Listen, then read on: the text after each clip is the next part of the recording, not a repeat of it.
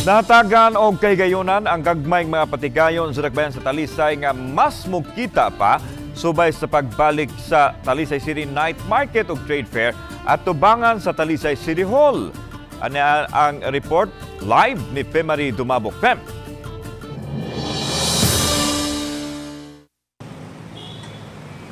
Lan gisugdan kini niadtong Sabado ini resize den gitawag kini og Talisa Ulog. Kay alang nausab kini sa kasaulugan sa Sinulog ug sa umaabot nga Charter Day sa Talisay City. Moabot sa 50 ka mga negosyante sa Dakbayan sa Talisay ug silingang dapit ang misalmot sa Talisay City Night Market sa City Hall ground. Naglakip kini sa baligyang mga pagkaon, mainom nga maduulan kun gutmon man o hawon samtang gasuroy-suroy sa manindot ug napuno nga dekorasyon nga plaza dinhi sa Talisay City Hall. Gawas niini, may kalingawan usab sama sa banda. Magsugod kini sa alas 5 sa hapon hangtod na sa alas 12 sa tungang gabi. Mato ni Mayor Samsam Gulyas nga usa kini sa ilang mga kalihukan alang na sa nagsingabot nga ika-23rd nga Charter Day karong Biyernes, Enero 12. For certain trade fairs, ang Talisay Chamber ang mudala. So sila nagdala na karon. As far as the city government is concerned, ika-January 12 mag-flag racing lang.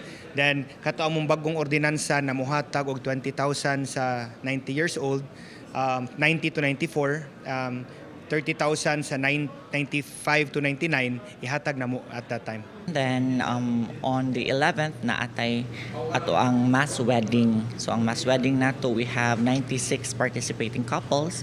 So muna ato nang gihanay tanan from the wedding to the reception. Ang city na bahala nila. So excited kay na ato ang mga umabot nga newlyweds. On the evening na ato ang Charter Day concert dito sa complex. Ang nightly activities mulungtad sa Enero 21 ang adlaw sa Sinulog Festival.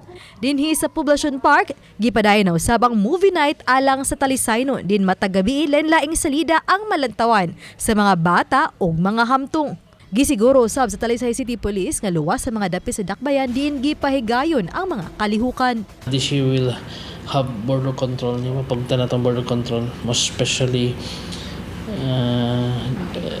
the SRP. We will secure all the activities in preparation for the Charter Day of Talisay City. Samtang nangandam na usab ang Dakbayan sa ilang pagsalmot sa sinulog sa kabataan sa lalawigan karong Domingo, Enero 14. Mato ni Mickey Aznar, Talisay City Tourism Officer, nga mga high school o college students mao'y mulangkob isip mga contingent nga moabot sa 200 ka mga dancers ug propsmen. Ato ikuan nga ang word na ako ma-describe miracle.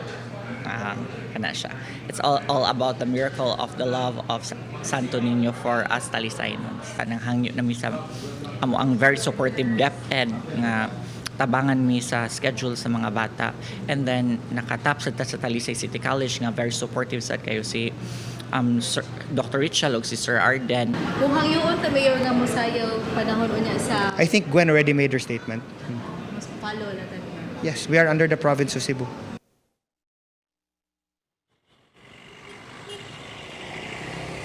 Landugang ni Aznar nga dili lang pagpakigkompetensya ang ilang tuyo, kundi sagad sa mga dancers o ilang mga propsmen, mga namanata o deboto usab sa balaang bata. Lan? Okay, daghang salamat Pemari Dumabok.